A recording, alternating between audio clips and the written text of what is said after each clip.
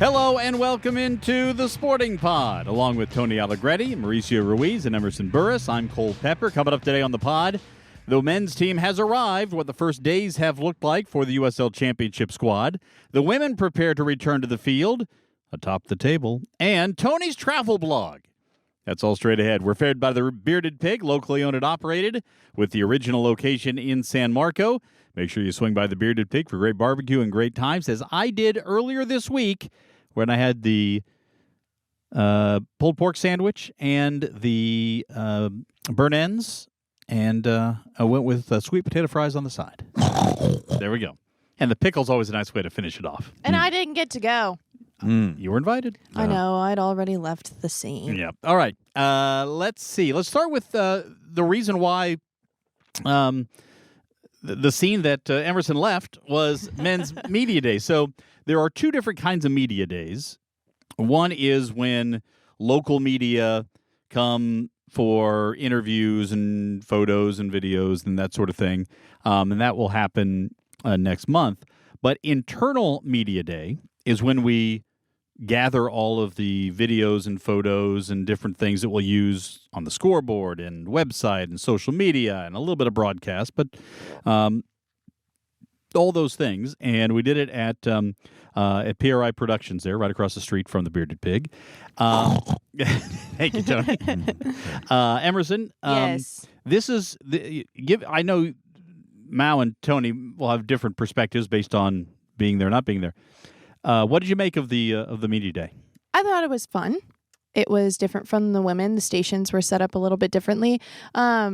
But I really enjoyed it, and it was nice to meet some of the guys. Not all of them were there, but they will get here soon enough.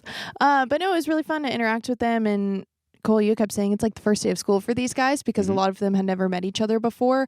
But yeah, we had fun, and there's some behind the scenes on the TV show this weekend, so tune into that. But I had a great time.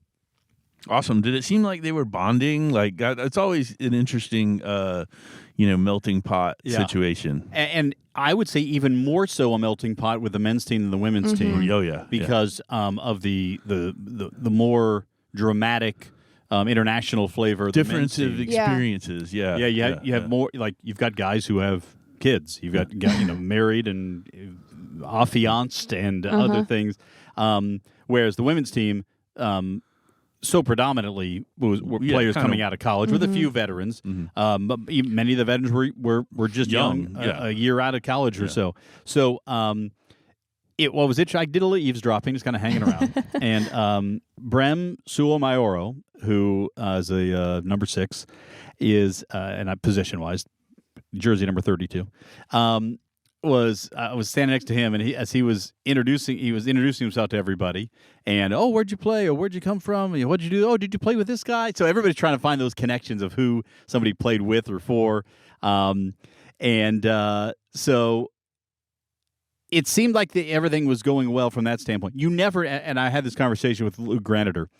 You never know till people are put under pressure how they're going to respond as a group. Yeah. But not a lot of pressure. But right. No fights broke out at Media Day. There were none. That's a win. Unlike with the women. No, just kidding. Only kidding. Now, but these early stages, they're important. But how important are they?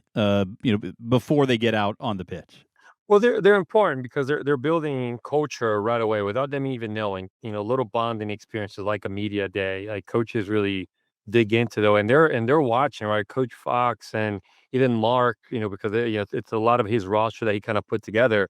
They're watching to see how these relationships are forming. And even though some of these players have been around professional organizations before, I mean, it's still a relatively young group. So yeah, they've done media days before, whether it's in college or the first couple professional opportunities. But these players are still having a lot to play for and show. And then you have players that, like you said, middle towards the back end of their career, and they're trying to extend their time. We're trying to kind of have their last impression. So it starts right away. And evaluation from a coaching standpoint, evaluation is always on, right? Players, they use the word of, there's favoritism, there's judgment. Well, there's impression. There's the impression that you do when you're with the media. There's the impression you do when you're with the teammates, with the community, and certainly the impression you have out on the field. And these impressions are being taken, these little snapshots are being taken all the time. So from a team, it's important that they come together, but from a coaching staff, it's recognizing what's happening and how everything is kind of meshing together between players' relationships. We should share the important dates that are coming up for the men. There will be a home preseason friendly against Charleston Battery on February the 21st, and the regular season in the USL Championship scheduled to kick off on March the 7th, and then we'll be off and running. So it's getting here very quickly. Season tickets are available right now for the inaugural 2026 USL Championship season for Sporting JAX. Season ticket pricing is built for accessibility. Thousands of seats priced at $20 or less per match, and season tickets start as low as $10 per game, making Sporting JAX one of the most affordable professional sports options in Northeast Florida. Discounted pricing compared to single match tickets. You get 20% off Sporting JAX merch when you are a season ticket owner. So go to sportingjax.com or call 904-863-KICK to get your season tickets today. All right, that's on the men's side. Tony, on the women's side, the women will kick off the second half of the season on January 31st. So that's coming up. We are taping this podcast on Thursday, January 22nd in the Gemstone Media Studio. So a week from Saturday as we sit here. And I think the squad is chomping at the bit to get back out there. I would hope so. I mean, This has been a long break. I've been, my mom loves to, remind me, hey, what are we doing on the 31st? So, yes, Mom, we're going to the match, and so like the whole city's really kind of itching to get back on the pitch, I think. Yeah, for sure. And Emerson, you've had some conversations with some of the folks who are involved here, the coaches and players. They're doing what they can to try to keep the momentum up, which is a big challenge.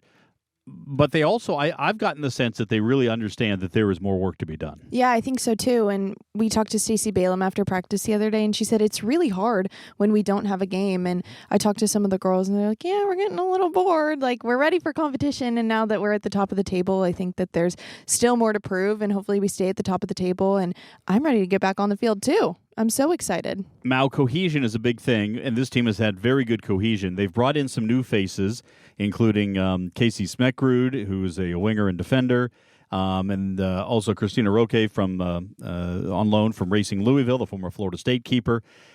What can you do to maintain cohesion when you add new ingredients to the formula? Well, it's a lot easier to maintain cohesion, especially in the position that you are in the first place, than to form it. And Coach Stacey already did a great job of forming that culture and that cohesion. You can see that there's an identity to the team on and off the field.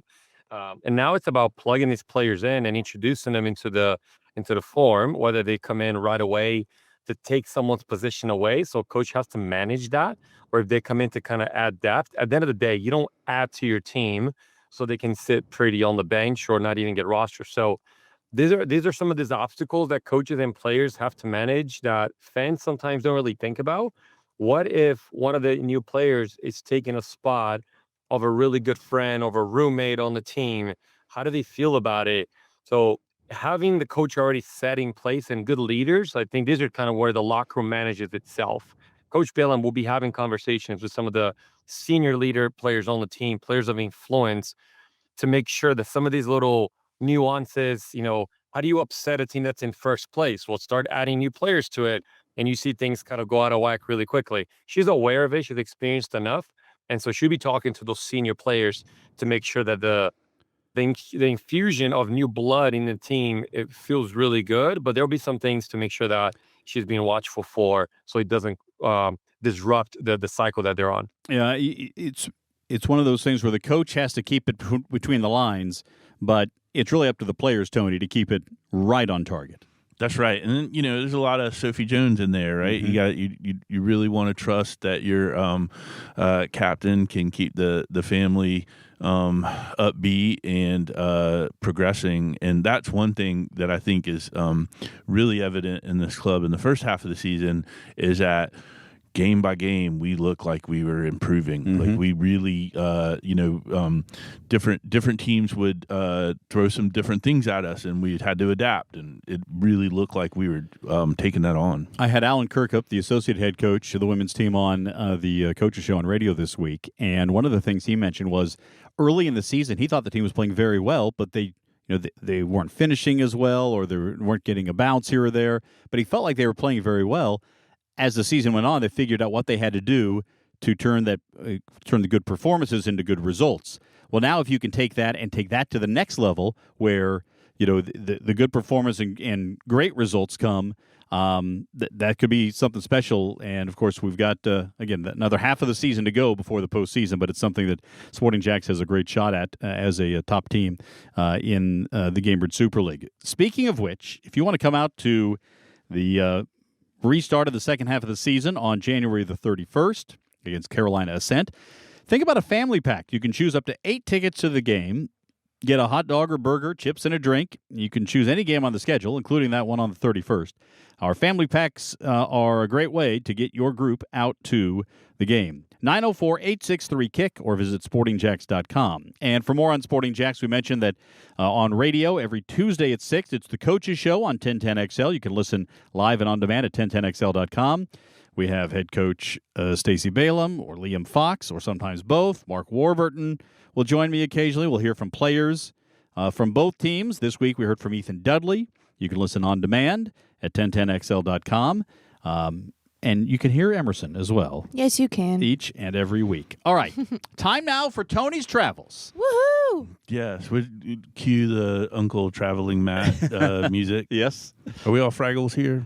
Do you know Fraggle Rock? Fraggle Rock? No. I have no idea what you're saying. Definitely older than you, but it's an absolute great Muppet show. Oh. Yeah. Speaking of the Muppets Muppets, spin-off. I mean, since we're talking about travels, there is a roller coaster at Disney World. It was the Rock and Roll roller coaster. Now that's changing to the Muppets, and I'm going to Disney this weekend, so I'll get to ride Rock and Roll before it closes. Big time. Okay. Anyways, sorry, Tony, go ahead. Is that the Aerosmith one? That goes, yeah, that's a pretty good one. It's yeah, awesome. It's not bad. Yeah, they took the other Rock and Roll one away from Universal. Do you know that one where it goes straight up? Oh, anyway, I've never been to to Universal. Super cool, but now it's gone. Anyway, so my travel. So I went. Okay, first off, I bought this all-you-can-eat flights from Frontier, right? Like I'm reminded of The Simpsons where they said, "Does this look like a man who's eating all he can eat?" Yeah. Anyway, so Frontier, $350. I don't know how long this. I've sold probably 100 of these for them already, and this podcast can put me over the top, but. $350. It's called a Go Wild Pass. You can go anywhere in America, almost wherever they fly. The Frontier typically lands, so that's good. And Always a plus. yeah, that's the best I can say for it right now. But anyway, it's got a lot of strings attached. You can follow me on Twitter or not Twitter. What TikTok. am I? TikTok. Thank you. Yeah, what's it called? Anyway, and so I used it to go to, because I'm going to use it for away games, right? And so I used it to go to the coaches convention to hit a couple meetings there with our buddy Kyle Miller, and it was excellent. We had great meetings with Adidas and some other coaches and some other things. The conference was fantastic. Like there's, I got to see a lot of celebrities. I got to meet Josie Altidore, which was super No cool. way. Yeah, That's really cool. Absolute legend there. He was, when I was talking to him, I told him he was from Sporting JAX, and he said, great, he follows us. He said that he was in town for the playoff game against the Bills. I'm like, dude. Should have called. Yeah, should have looked us up. Come on, Josie. Yeah. Anyway, all that was good. It's obviously a really great convention. It's the biggest one. They flip flop between Philly and LA. This one, since it was close and easy to get to, very good. I also reviewed a bunch of sandwiches, as is my Google reviews. I'm up over 11 million. Is this show about me? Because I could keep going. Sure but, sounds like it. yeah. The Tony Pod. So anyway, I'll keep everybody updated on my exploits. Traveling with Tony, it costs about $15 to fly to Philly. So, but what did you In learn from a taxes. soccer standpoint? Oh yeah. Man, Cole, put me on the spot. Wait, I have a question really yeah, quick. boy. Yeah. Is the $350, is that per month? No, It's an annual. One Oh my time. gosh. Yeah, I know. No, and it goes. I know. I've sold so many of these. You're gonna Wow. totally get it. It goes until April of 27. Oh, nice. So it's all this year and then a quarter of next year. So soccer wise, most of the really kind of groundbreaking things I can't talk about yet. However, tech is a massive part of what's happening now. Like everybody, there's so many data companies and tactics that are sort of debuting right now, that there's kind of a race to see who's going to get the most data and be the most applicable. I'd say that's a big thing. I got to soak in some things that are really helpful for the academy. I'm sorry for the academy, but the foundation and the work that we're doing there, and bird dogged some new potential partners and grants. Nice for that as well. Yeah. So all in all, very good. As things develop, I'll report back. Perfect. Just to close the loop, by the way, the reason Josie Altidore was in Jacksonville for the playoff game is because he was in a group that purchased a stake in the Bills. He's part of a group that Tracy McGrady, Vince Carter, and some private equity funds and executives purchased a 20% stake in the Bills. Well, I wouldn't want to sit with him anyway. Right. Yeah. So anyway, that's why he was here. It wasn't just a random thing. There's a reason for it. All right. Let's get to our Premier League contest, because we have had a couple of weeks where we have all gotten all the games right. All of our picks have been correct. This week, no wins. I chose Spurs over West Ham, and somehow West Ham with a victory. Emerson chose Villa over Everton with a victory. Tony and Mauricio both picked the same game, Newcastle over Wolves for Mauricio, Wolves over Newcastle for Tony.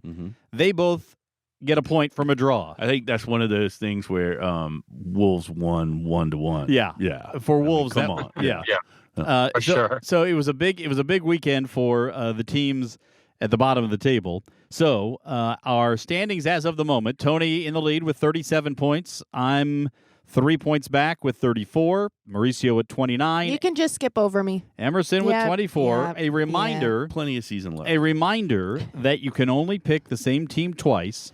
So I'm going to start with our leader, Tony Allegretti, who has already picked Forest, Chelsea, Man City, Everton, Brighton, and Wolves twice. Somehow picking Wolves twice. Getting them out of the way. You did get them out of the way. They're way better than their record, but yeah, okay. So I'm going Brentford at home versus Forest. Why not? Yeah. All right. Mauricio? Have I picked Brighton yet? You have picked Villa, Man U, Arsenal, Everton, and Liverpool twice. Brighton, you have not picked once. Or I'm going to do Brighton over Fulham. That's a good. That's a tough pick. Like it is. That's not a layup. Good job. Emerson? No, go ahead. I will take City over Wolves, despite the fact that Tony says that they're better than the record would indicate. I have not taken City so far this year. So it's about time that I take City over somebody. Yeah, they're probably going to win by 6. They won 10-1 in their FA Cup match. Well, did you guys see the game on Tuesday? Which game? I don't even know who they played, but they lost, and so they're refunding. Who, City? Yeah. Bodo Klimt. What the heck? Yeah. I just need a win. So I'm a little bit I should even point out, by the scared. way, you've picked Newcastle and Brighton twice. Yeah. And you have a record of 6, 6, and 6. Ooh. Isn't that a bad number? You should get off of that number. Okay. I really need a win. I'm going to also pick City over Wolves. I'm a little scared considering their loss the other day, but maybe they're hungrier now. I think you're fine. Okay. All right. We see that every week, and then I just continue to lose. But we'll I think we need to get us back on the winning track. We haven't had a week full of victories since November the 8th. So it has been a while since it takes it back. November 29th, we had 4 wins across the board. So did you pick already? I did. City over Wolves. Oh, that's right. Yeah. Okay, cool. All right. That'll do it unless Tony wants to go off. I have something too. Oh, okay. Here we go. Oh, here we are. So I was just going to say that our foundation clinics for the winter spring are open. SportingJax.com/foundation, always free. Please, especially if you don't have access to soccer, get your kids playing out there. All the good outcomes.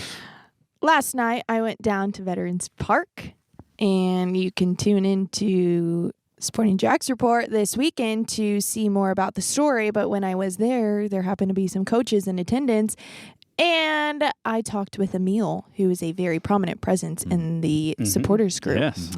And I have to give him a shout out because he says that I am his favorite YouTube celebrity and that he only tunes into the pod and the TV show for me. Wow. So Okay. have to shout out Well, Emil. Emil, you're dead to me. So thanks for your support. Exactly. I'll remember this when we're grilling out at the tailgate. The one you dropped on the ground is yours, Emil. Here's your hot dog, Emil. Yeah. Wow. All right. Emerson will be going to the hospital now to repair her arm she broke, patting herself on the back.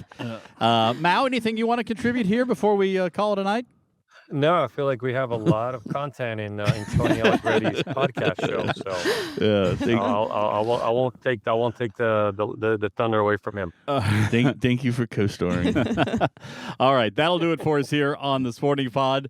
For Tony Allegretti, for Emerson Burris, for Mauricio Ruiz, I'm Cole Pepper.